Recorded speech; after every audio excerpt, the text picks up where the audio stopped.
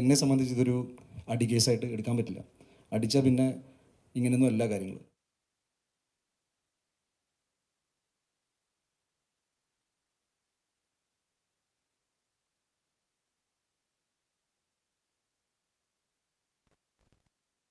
അതിന് എൻ്റെ സൈഡിലുള്ള ഒരു വേർഷൻ നിങ്ങളെല്ലാവരും കേട്ടിരിക്കണം എന്ന് പേഴ്സണലി എനിക്കൊരു ആഗ്രഹമുണ്ട്.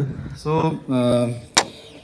നേരെ വിഷയത്തിലേക്ക് ഇറങ്ങാം. അപ്പോൾ എൻ്റെ കൂടെ വർക്ക് ചെയ്ത എൻ്റെ സിനിമകളിലൊക്കെ PR വർക്ക് ചെയ്ത ഈ പറഞ്ഞ വ്യക്തി എനിക്കെതിരെ ഒരുപാട് കാര്യങ്ങൾ സോഷ്യൽ മീഡിയയിലും ന്യൂസ് ചാനലൊക്കെ വന്ന് സംസാരിച്ചു. അതിലെനിക്ക് എന്നെ ഏറ്റവും ഡിസ്റ്റർബ് ചെയ്തൊരു കാര്യമാണ് എൻ്റെ സഹപ്രവർത്തകൻ, എൻ്റെ കോ ആക്ടർ, എൻ്റെ സുഹൃത്ത് എൻ്റെ പേര് വെച്ച് ഈ ഒരു വിഷുവിലേക്ക് ഒരു നിങ്ങളുടെ എല്ലാവരും മീഡിയാസിൻ്റെയൊക്കെ ട്രാക്ഷൻ കൊണ്ടുവരാൻ വേണ്ടി മാത്രം എൻ്റെ ഫ്രണ്ടിൻ്റെ പേര് അവർ യൂസ് ചെയ്തു. പുതിയതായിട്ട് റിലീസ് ചെയ്ത ഒരു സിനിമയുടെ പുള്ളി എഴുതിയ ഒരു റിവ്യൂ എനിക്ക് ഇഷ്ടപ്പെടാത്തതുകൊണ്ട് ഞാൻ പുള്ളിനെ മർദ്ദിച്ചു. ഇതാണ് ഐ തിങ്ക് ഏറ്റവും കൂടുതൽ മീഡിയയിൽ വന്ന കാര്യം. Bro silence. അപ്പോൾ മീഡിയയിൽ വന്ന കാര്യം ഇതാണെന്ന് ഞാൻ വിശ്വസിക്കുന്നത്. എന്നാൽ അതിൻ്റെ ആക്ച്വൽ അവസ്ഥകൾ, that is what is the reason, ഞാൻ എന്തിനാണ് അയാളെ പോയി മീറ്റ് ചെയ്തത്, എന്താണ് സംസാരിച്ചത് എന്നൊക്കെ ഞാൻ പറഞ്ഞുതരാം. ഏകദേശം ഒരു 2 ആഴ്ചത്തോളം മുന്നേ എനിക്കൊരു അൺനോൺ നമ്പറിൽ നിന്നൊരു കോൾ വന്നിരുന്നു. ഈ കോളിൽ എനിക്ക് ഒരു ലേഡിയാണ് എന്നോട് സംസാരിച്ചത്. അൺനോൺ കോൾ ആയതുകൊണ്ട് ഇവർ പറഞ്ഞ കാര്യങ്ങളൊന്നും ഞാൻ നിങ്ങൾ ഫേസ് വാല്യൂവിൽ എടുത്തില്ല. പറഞ്ഞ കാര്യങ്ങൾ ഭയങ്കര ഗ്രീവൻസും ഭയങ്കര ഒരു ക്രിമിനൽ പശ്ചാത്തലമുള്ള കാര്യങ്ങളാണ് എന്നോട് പങ്കുവച്ചത്. എനിക്ക് പരിചയമുള്ള 3-4 പേരുടെ പേരുകൾ ഇവർ എടുത്തു പറഞ്ഞു. ഇതിൽ ഒരു പേര് ഈ പറയുന്ന വിപിൻ്റെയും കൂടിയായിരുന്നു. ഒപ്പം എൻ്റെ വളരെ അടുത്ത സുഹൃത്തായ വേറൊരു സുഹൃത്തിൻ്റെ പേരും കൂടി പറഞ്ഞിരുന്നു. ഈ 2 പേരും ഞാൻ ഇമ്മീഡിയറ്റ്ലി കോൾ ചെയ്ത് സംസാരിച്ചു. ഇങ്ങനത്തെ ഒരു സംസാരം ഉണ്ടായിട്ടുണ്ട്. വിറ്റ് ഈസ് ഭയങ്കര ക്രിമിനൽ സ്പേസിലുള്ള കാര്യങ്ങളാണ് സംസാരിച്ചത് എന്നോട്. ഈ കാര്യങ്ങളാണ് ഞാൻ ഈ അടുത്തായിട്ട് ഓണറബിൾ DGPക്കും ADGPക്കും വിത്ത് പ്രൂഫുകൾ ഞാൻ അയച്ചു കൊടുത്തേക്കണം. ഒരാൾ സൈലൻസ് ആയിരുന്നു ഈ കോളിൽ, രണ്ടാമത്തെ ആളെന്ന് വിപിൻ അതിനെ ഇങ്ങനെ അൺനോൺ നമ്പറിലൊക്കെ വിളിക്കുന്ന കോൾസ് നമ്മൾ എൻ്റർടൈൻ ചെയ്യരുത്, വിച്ച് ഈസ് ഫെയർ. ഞാനത് വിട്ട് കളഞ്ഞു. ഒരു 2 ദിവസത്തിൻ്റെ ഗ്യാപ്പിൽ എനിക്ക് പിന്നെയും ഇങ്ങനത്തെ ഒരു അനുഭവം ഉണ്ടായി. എന്നെ ഒരാൾ വിളിച്ച് ഒരുപാട് മോശപ്പെട്ട അനുഭവങ്ങളുണ്ടായ കാര്യങ്ങൾ എന്നോട് പങ്കുവച്ചു. അത് മലയാള സിനിമയുടെ വളരെ പ്രോമിനൻ്റ് ആയ ഒരു ഫീമെയിൽ സിനി ആർട്ടിസ്റ്റായിരുന്നു. അവരെന്നോട് ഇവർക്ക് ഉണ്ടായ മോശപ്പെട്ട അനുഭവങ്ങളും എന്നെക്കുറിച്ച് പറഞ്ഞ് വളരെ എനിക്ക് ഒരിക്കലും ഉൾക്കൊള്ളാൻ പറ്റാത്ത ചില കാര്യങ്ങൾ ഈ വ്യക്തിയുടെ, ദാറ്റ് ഈസ് വിപിൻ എന്ന് പറയുന്ന എൻ്റെ സോ കോൾ മാനേജറായിരുന്നു എന്ന് അവകാശപ്പെടുന്ന വ്യക്തി പങ്കുവെച്ച കാര്യങ്ങളാണ് എന്നോട് പറഞ്ഞത്. എൻ്റെ സ്വഭാവം വെച്ച് ഞാൻ ജെനുവിൻലി ഫസ്റ്റ് ഫോൺ കോൾ ഇയാൾക്ക് തന്നെയാണ് വിളിക്കാറ്. ഞാനങ്ങനെ ക്രോസ് ചെക്ക് ചെയ്യാനോ മറ്റും നിൽക്കാറില്ല. എന്നാൽ എൻ്റെ വളരെ വേണ്ടപ്പെട്ട ഒരു ഡയറക്ടർ സുഹൃത്തിനോട് ഞാൻ ഈ കാര്യം പങ്കുവെച്ചു. ഇങ്ങനെ ഒരു സംഭവം ഉണ്ടായിട്ടുണ്ട്, ഞാൻ എന്താ ചെയ്യേണ്ടതെന്ന്. ഈ ഡയറക്ടർ ഈ പറയുന്ന സുഹൃത്തിനെ വിളിക്കുന്നു. ഇവർ തമ്മിൽ സംസാരം ഉണ്ടായി. അയാൾ മാപ്പ് പറഞ്ഞു എന്ന് പറഞ്ഞിട്ട് എൻ്റെ ഡയറക്ടർ സുഹൃത്ത് തിരിച്ചു വിളിച്ചു. ഉണ്ണി നേരിട്ട് പോയി സംസാരിക്കണം, ഈ ഇഷ്യൂ ഇവിടെ തന്നെ സോൾവ് ചെയ്യണമെന്ന് പറഞ്ഞു. ഇതിൻ്റെ ഭാഗമായിട്ടാണ് ഞാൻ ഈ പറഞ്ഞ ഇഷ്യൂ ഉണ്ടായ സ്ഥലത്തേക്ക് ഞാൻ പോകുന്നത്. ദാറ്റ് ഈസ് വിപിൻ കുമാർ എന്ന വ്യക്തി ഇയാളോട് മാപ്പ് പറഞ്ഞു. Is sorry for what has happened എന്ന് മാപ്പ് പറഞ്ഞതുകൊണ്ട് അത് എന്നോട് നേരിട്ട് പറഞ്ഞാൽ നന്നായിരിക്കും എന്നാണ് എനിക്ക് തോന്നി. ബിക്കോസ് ഞാൻ അയാളെ ഒരിക്കലും അയാൾ അവകാശപ്പെടുന്ന പോലെ ഒരു ഡെസിഗ്നേറ്റഡ് ലെവലിൽ നിന്നേക്കാട്ട് അപ്പുറത്താണ് ഞാൻ കണ്ടത്. ഞാൻ പുള്ളിൻ്റെ ഒരു സുഹൃത്തായാണ് കണ്ടിരുന്നത്. ബിക്കോസ് ഞാൻ കുറച്ചും കൂടി ഡീവിയേറ്റ് ചെയ്ത് പറയാം. 2018 ആദ്യമായിട്ട് ഉണ്ണിമുന്തൻ ഫിലിംസ് എന്ന സിനിമയുടെ പ്രൊഡക്ഷൻ കമ്പനിയുടെ ഒരു തോട്ട് വന്നത് ഫോർ ദ മൂവി മേപ്പടിയാൻ. ഇനി മേപ്പടിയാൻ്റെ സംഭവം എന്ന് വെച്ചാൽ 2018 തുടങ്ങിയിട്ടുണ്ടെങ്കിലും ഈ സിനിമ അവസാനിച്ച് വന്നപ്പോഴേക്കും 2021 ആയി. വിച്ച് ഈസ് വൈ ഓൾമോസ്റ്റ് 3 ഇയേഴ്സോളം ഞങ്ങൾ ഒരു ടീം, ഇതിൻ്റെ ഒരു HOD എന്ന് പറയുന്ന ഹെഡ് ഓഫ് ദി ഡിപ്പാർട്ട്മെൻറ്റ്സ് ഒക്കെ നിൽക്കുന്ന ടീം വളരെ ഒരു ടെക്നിക്കൽ ക്രൂവിനപ്പുറത്ത് ഒരു സുഹൃത്ത് ബന്ധത്തിലേക്ക് അത് പോയി. സിനിമകളിൽ മാനേജർ പരിപാടി എന്താണെന്ന് ഞാൻ അതും കൂടി ഒന്ന് ക്ലാരിഫൈ ചെയ്യാം. ബിക്കോസ് അതിനെക്കുറിച്ചും ഒരു ചർച്ചകളുണ്ട്. എനിക്ക് ഒരുപാട് സുഹൃത്തുക്കളുണ്ട് who are producers, production controllers, നിങ്ങളുടെ കൂട്ടത്തിൽ നിൽക്കുന്ന ഒരുപാട് ആൾക്കാർക്ക് എൻ്റെ ഡയറക്റ്റ് ആക്സസ് ഉണ്ട്. അപ്പോൾ ഒരു സിനിമ എന്നിലേക്ക് എത്തണമെങ്കിൽ ആർക്കും എപ്പോൾ വേണമെങ്കിലും വിളിക്കാം. ആ കൂട്ടത്തിൽ പെടുന്ന ഒരാളെന്ന നിലയിൽ എൻ്റെ ആദ്യത്തെ സിനിമയിൽ, പ്രൊഡക്ഷൻ കമ്പനിയുടെ ആദ്യത്തെ സിനിമയിൽ 3 വർഷത്തോളം എൻ്റെ ചുറ്റും നിന്നപ്പോൾ എന്നിലേക്ക് പെട്ടെന്ന് ആക്സസ് കിട്ടാനുള്ള സാധ്യത ഇയാളിലൂടെ ഉണ്ടായിരുന്നു എന്ന് സത്യമാണ്. എന്നാൽ അയാളെ ഞാൻ ഓൾറെഡി എൻ്റെ ഫേസ്ബുക്ക് പോസ്റ്റിൽ മെൻഷൻ ചെയ്തിട്ടുണ്ട്. അങ്ങനെ ഞങ്ങൾ തമ്മിൽ ഒരു അന്തർധാര അല്ലെങ്കിൽ ഒരു ധാരണ ഓൺ പേപ്പർ ഉണ്ടായിട്ടില്ല. ബിക്കോസ് ലെറ്റ്സ് സിനിമയിൽ വളരെ പ്രോമിനൻ്റ് ആയ ഒരു പ്രൊഡ്യൂസറും പ്രൊഡക്ഷൻ മാനേജറും എക്സിക്യൂട്ടീവ് കൺട്രോളായിട്ട് നിൽക്കുന്ന നിങ്ങൾക്ക് എല്ലാവർക്കും നമ്മുടെ വളരെ പ്രിയപ്പെട്ട ബാദുഷ ചേട്ടനുണ്ട്. പുള്ളി നമുക്ക് കുറേ പ്രൊജക്റ്റുകൾ കൊണ്ടുവരാറുണ്ട്. അപ്പോൾ എനിക്ക് ഒരിക്കലും പുള്ളിനെ എൻ്റെ മാനേജറായിട്ട് കൂട്ടാൻ പറ്റില്ല. പുള്ളി ആ ഇതില്ല. ഞാൻ അതിനെ എക്സാംപ്ലിഫൈ ചെയ്യണം, വാട്ട് ഇസ് ദ സിറ്റുവേഷൻ. അല്ലാതെ എന്നെ ചലഞ്ച് ചെയ്യാൻ പറയില്ല. ഞാൻ അതിൻ്റെ ഒരു മലയാള സിനിമയിൽ ഇത് നടക്കുന്ന അതിൻ്റെ പ്രോട്ടോക്കോൾ. എനിവേസ് ഞാൻ ഈ പറഞ്ഞ ദിവസം ഇയാളെ കാണാൻ പോകുമ്പോൾ വളരെ യാദർശികമായിട്ട് അവിടെ വേറൊരു ഞങ്ങളുടെ കോമൺ ഫ്രണ്ടായ സുഹൃത്ത് അവിടെ ഉണ്ടായി. ഇയാളുമായിട്ട് നിങ്ങൾ ഇന്നലെ ഒരു വീഡിയോ സർക്കുലേറ്റ് ചെയ്ത് കണ്ടു കാണുമെന്ന് വിചാരിക്കുന്നു.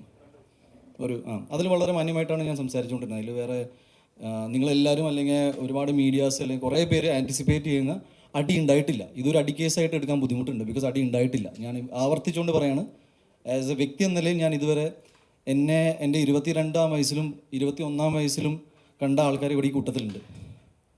ചേട്ടാ, നമ്മൾ ആദ്യം പരിചയപ്പെടുമ്പോൾ എനിക്ക് 21 വയസ്സാണ്, ഇന്നിപ്പോൾ എനിക്ക് 38 അപ്പോൾ ഞാൻ പറഞ്ഞു ഞാൻ നുണ പറയാറില്ല.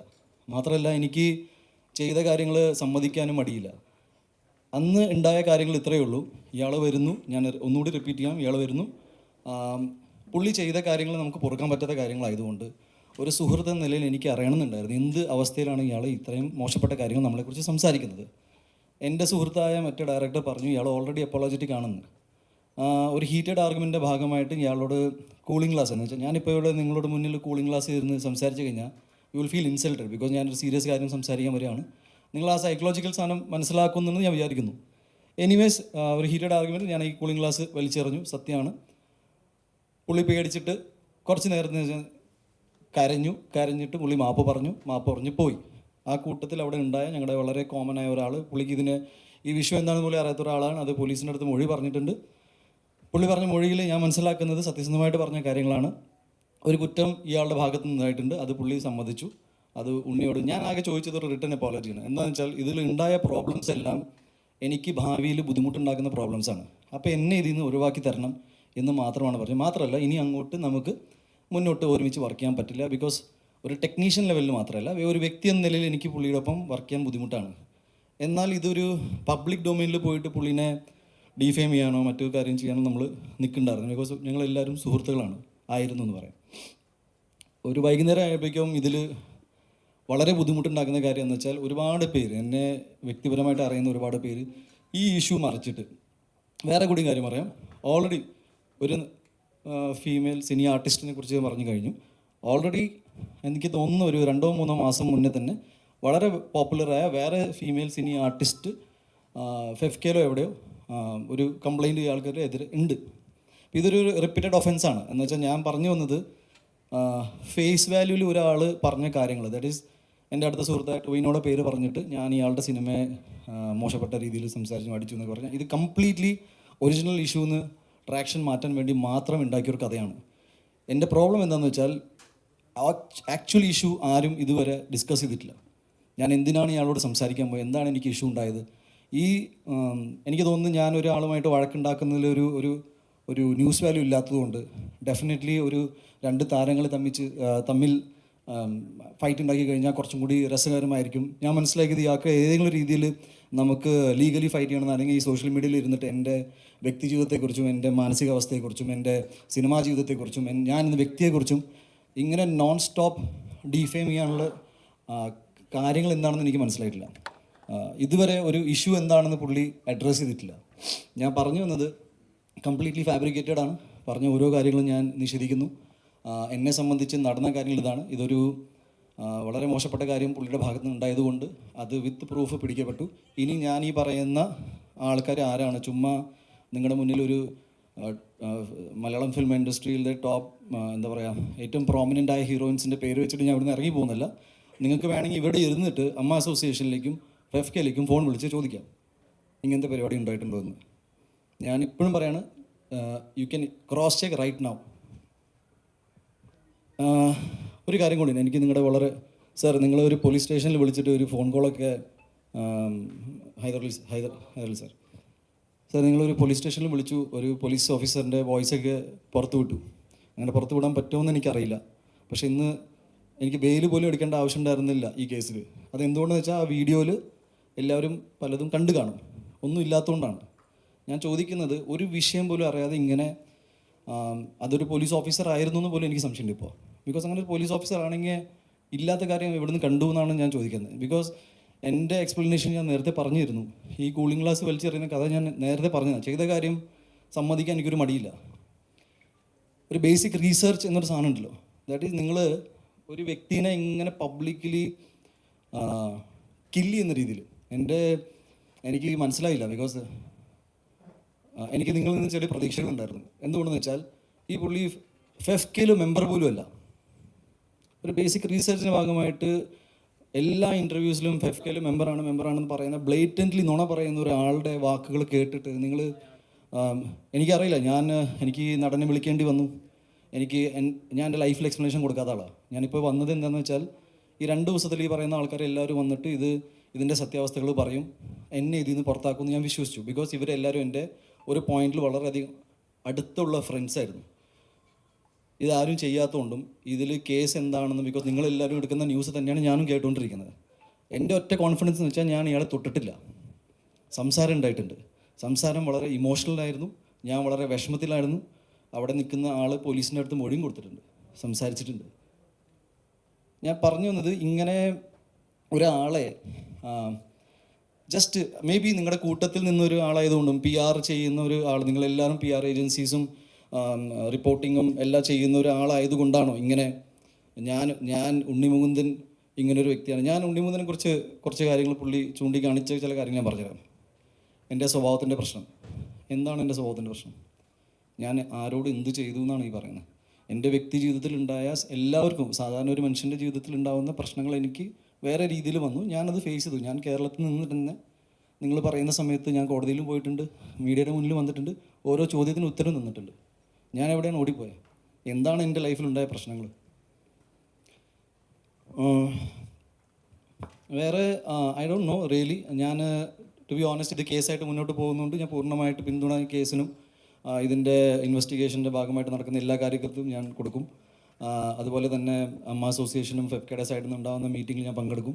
എനിക്ക് പറയാനുള്ളത് ഇത്രയേ ഉള്ളൂ, വളരെ റോങ് കാര്യങ്ങളായിരുന്നു.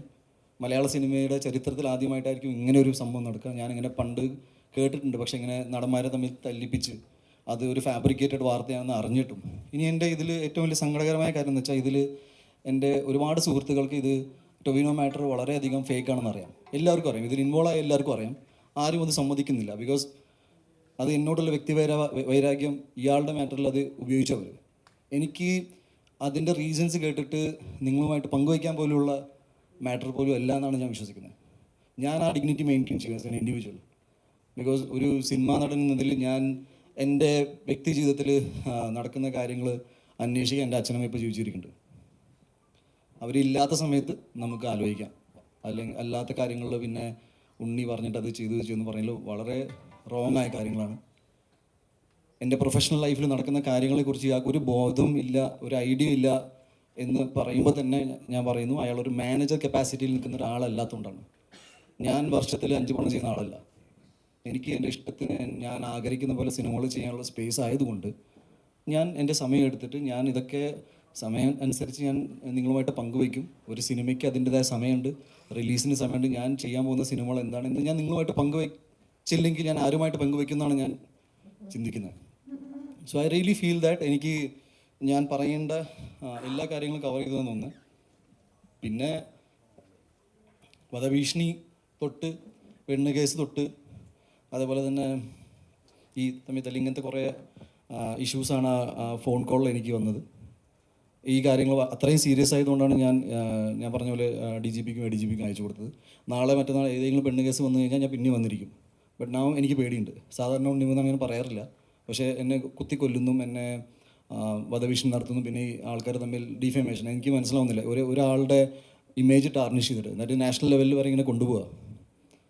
ഇയാൾ ഇങ്ങനെ ചെയ്തു. ഒരാൾ പോലും കൃത്യമായിട്ട് ഇത് കവർ ചെയ്യാൻ നോക്കിയില്ലല്ലോ എന്നാണ്. ജസ്റ്റ് ന്യൂസ് റിപ്പോർട്ട് ചെയ്യാന്ന് പറഞ്ഞ ഒരു 2 സൈഡ് വേർഷൻ ഉണ്ടല്ലോ. വേറെ ഒന്നുമില്ല, ഇത്രയേ ഉള്ളൂ. നിങ്ങൾക്ക് ഞാൻ ഈ പറഞ്ഞ ഏത് കാര്യത്തിലും എവിടെ വേണമെങ്കിലും ക്രോസ് ചെയ്യാം. മേ ബി ഫെഫ്കയുടെ മെമ്പർഷിപ്പിന് വേണ്ടിയിട്ട് ഈ ഇഷ്യൂ തുടങ്ങിയ സമയത്ത് എനിക്ക് തോന്നുവാണെങ്കിലും ഒരു 4 ദിവസത്തിന് മുന്നേ പുള്ളി ആപ്ലിക്കേഷൻ കൊടുത്ത് കാണും, പുള്ളിയുടെ ഒരു സെറ്റപ്പ് വെച്ചിട്ട്. Otherwise I don't know. പിന്നെ ഇതിൽ നിങ്ങൾക്ക് ഏതെങ്കിലും രീതിയിൽ ചോദ്യങ്ങൾ ചോദിക്കണമെങ്കിൽ ഒരു 4-5 ചോദ്യങ്ങൾ ചോദിക്കാം. ബിക്കോസ് വേറെ പ്രത്യേകിച്ച് എനിക്ക് ഇപ്പോൾ കേസായിട്ട് കിടക്കുന്നുണ്ട്, ഇതിൽ കൂടുതൽ സംസാരിക്കാൻ പറ്റുമെന്ന് അറിയില്ല. ബാക്കി ഞാൻ പറഞ്ഞ കാര്യങ്ങൾ പൂർണ്ണമായിട്ട് I'm holding on to the ground. ഞാൻ ഇയാളെ അടിച്ചിട്ടില്ല, ഞാൻ വേറൊരു നടനെക്കുറിച്ച് അയാളുടെ സിനിമയെക്കുറിച്ച് സംസാരിക്കാനുള്ള സ്പേസിൽ ഉണ്ടായിരുന്നില്ല. ടൊവിനോയെക്കുറിച്ച് ഞാൻ അങ്ങനെയൊന്നും പറയില്ല, എനിക്കങ്ങനെ പറയേണ്ട ആവശ്യമില്ല. വളരെ അടുത്ത സുഹൃത്തുക്കളാണ് ഞങ്ങൾ. എല്ലാ സിനിമകളും ഞാൻ വരുന്ന എല്ലാ സിനിമകളും പ്രൊമോട്ട് ചെയ്യുന്ന ആളാണ്. നിങ്ങളെല്ലാവരും ഈ ഓരോ പോസ്റ്റേഴ്സൊക്കെ അയച്ചു തരുമ്പോൾ ഞാൻ അഭിനയിക്കാത്ത സിനിമകൾ പ്രൊമോട്ട് ചെയ്യാറുണ്ട്. ഞാൻ തമിഴിൽ നിന്ന് വരുന്ന എൻ്റെ സുഹൃത്തുക്കളുടെ സിനിമ പ്രൊമോട്ട് ചെയ്തിട്ടുണ്ട്. എൻ്റെ സിനിമകൾ എൻ്റെ ഫ്രണ്ട്സ് പ്രൊമോട്ട് ഞാൻ അങ്ങോട്ട് ചോദിക്കാറില്ല, പക്ഷേ ചെയ്യാറുണ്ട്. അപ്പോൾ ഇൻഡസ്ട്രി വളരെ സ്മൂത്തായിട്ട് പോകുന്ന സമയത്ത് സ്വന്തം കാര്യങ്ങൾക്ക് വേണ്ടി ഇത്രയും മോശപ്പെട്ട രീതിയിൽ ഞാനിതിനെ വളരെ third rate PR so called PR അല്ലേ ഇത്, ഭയങ്കര പേഴ്സണൽ വെഞ്ചൻസ് ഞാൻ നിങ്ങളെല്ലാവരും അതിൽ ഉൾപ്പെടുത്താൻ ആഗ്രഹിക്കുന്നില്ല. ഒരു വ്യക്തിയുടേതാണ്. ഞാനിതിലിപ്പോഴും പറയണത്, എന്നെ സംബന്ധിച്ച് ഇതൊരു അടി കേസായിട്ട് എടുക്കാൻ പറ്റില്ല. അടിച്ചാൽ പിന്നെ ഇങ്ങനെയൊന്നും എല്ലാ കാര്യങ്ങളും എനിക്കറിയാം. ഇത് ഇറ്റ്സ് ലൈക്ക് ഇമോഷണൽ ട്രോമയായിട്ട് ഞാനിത് കൊടുക്കാൻ പോണേ. എനിക്ക് ഒരുപാട് സുഹൃത്തുക്കളൊന്നും പണ്ട് ഉണ്ടായിരുന്നില്ല, ഇപ്പോഴും ഒട്ടുമില്ല എന്ന് ഞാൻ വിശ്വസിക്കുന്നു. ഞാൻ ഈ മലയാള സിനിമകൾ ചെയ്തുകൊണ്ട് പോകുന്ന ഒരാളാണ്. അതിലിപ്പോൾ ഭയങ്കരമായ ഒരു ഒന്നുമില്ല. എല്ലാവരും പോലെ സ്ട്രഗിൾ ചെയ്ത് വന്നു. ഞാൻ ഒരിക്കലും എൻ്റെ സ്ട്രഗിൾ സ്റ്റോറീസ് പറഞ്ഞിട്ട് സിമ്പതി മേടിക്കുന്ന ആളുമല്ല. ഏതെങ്കിലും പെർട്ടിക്കുലർ പോയിന്റിൽ കുറച്ചും കൂടി ഇമോഷണലായിട്ട് ആരെങ്കിലും എന്തെങ്കിലും ചോദിച്ചു കഴിഞ്ഞാൽ എൻ്റെ പേഴ്സണൽ ജീവിതത്തിലെ ചില കാര്യങ്ങൾ ഞാൻ പറഞ്ഞു പോയിട്ടുണ്ട്. അല്ലാതെ ഞാനിങ്ങനെ ഇരുന്ന് ഞാൻ അവിടുന്ന് ഗുജറാത്തിൽ നിന്ന് വണ്ടി കയറി വന്നു എന്ന് പറയുന്നത് എനിക്കിഷ്ടമല്ല.